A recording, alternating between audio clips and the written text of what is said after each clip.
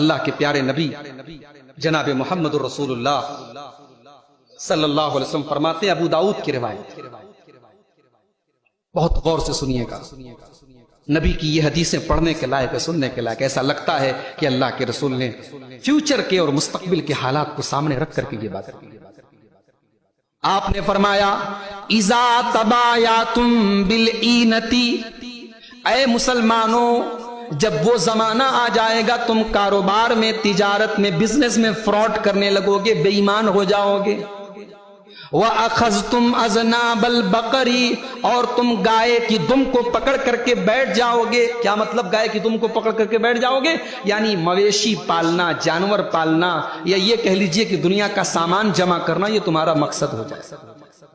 وَرَضِيتُمْ بِالزَّرْعِ، اور کھیتی باڑی پر تم راضی ہو جاؤ گے، میرے پاس اتنا کھیت ہے، اتنی پراپرٹی، اتنی دولت ہے، تم اسی پر خوش ہو جاؤ گے۔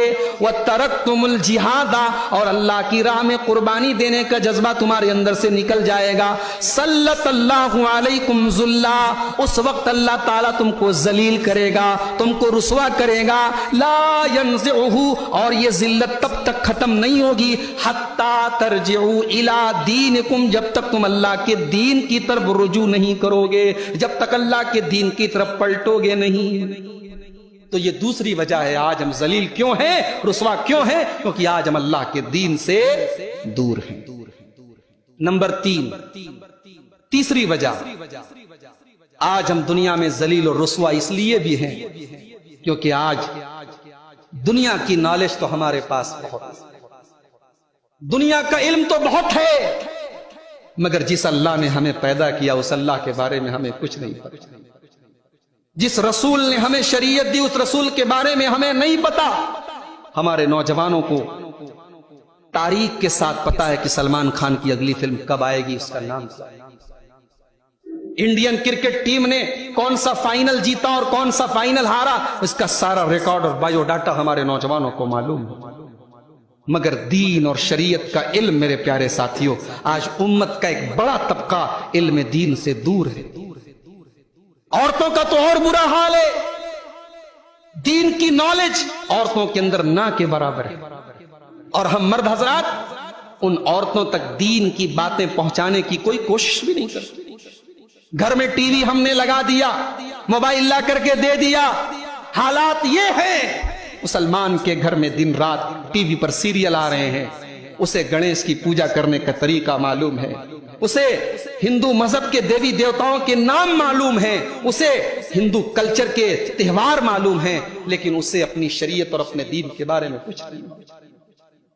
میرے پیارے ساتھیوں، آج علم دین سے دور ہونے کی وجہ سے بھی آج ہم دنیا کے اندر ذلیل اور رسوا ہوئے ہیں۔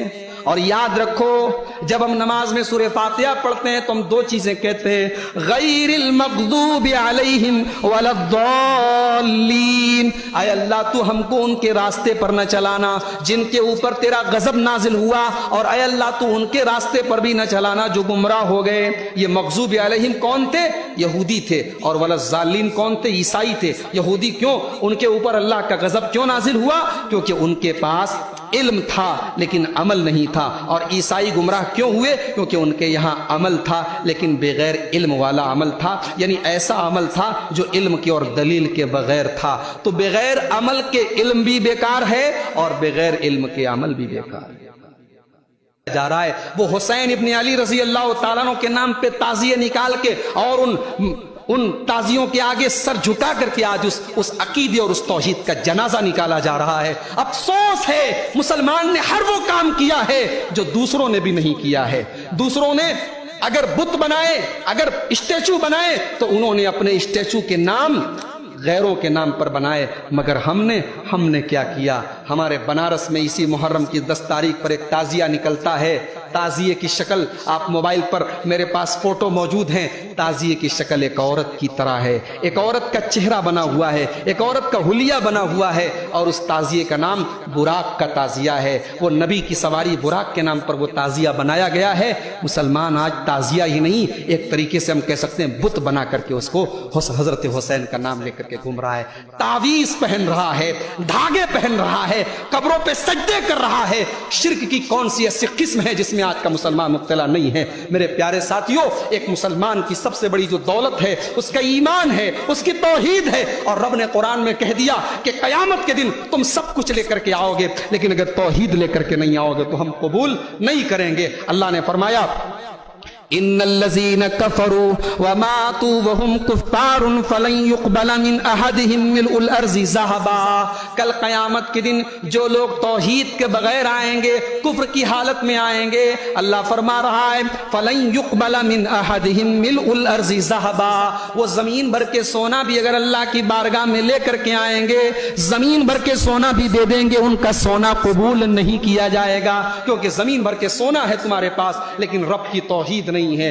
میرے پیارے ساتھیوں، آج مسلمان اس توحید سے ہاتھ دھو رہا ہے، اور پیارے نبی نے فرمایا تھا قیامت نہیں آئے گی یہاں تک کہ میری امت کے کچھ لوگ مشرکوں کے ساتھ مل جائیں گے۔ آج مسلم ممالک بت پرستی کے لیے زمینیں دے رہے ہیں، بت پرستی کے لیے اپنے علاقے اور اپنے دیش اور اپنے ملک میں جگہ دے رہے ہیں، اور آج حالات یہ ہیں کہ مشرکین کا ساتھ دے رہے ہیں۔ وہ حتیٰ یعبد الاوثان، اور قیامت اس وقت تک نہیں آئے گی جب تک میری امت کے اندر بتوں کی پرستش نہیں۔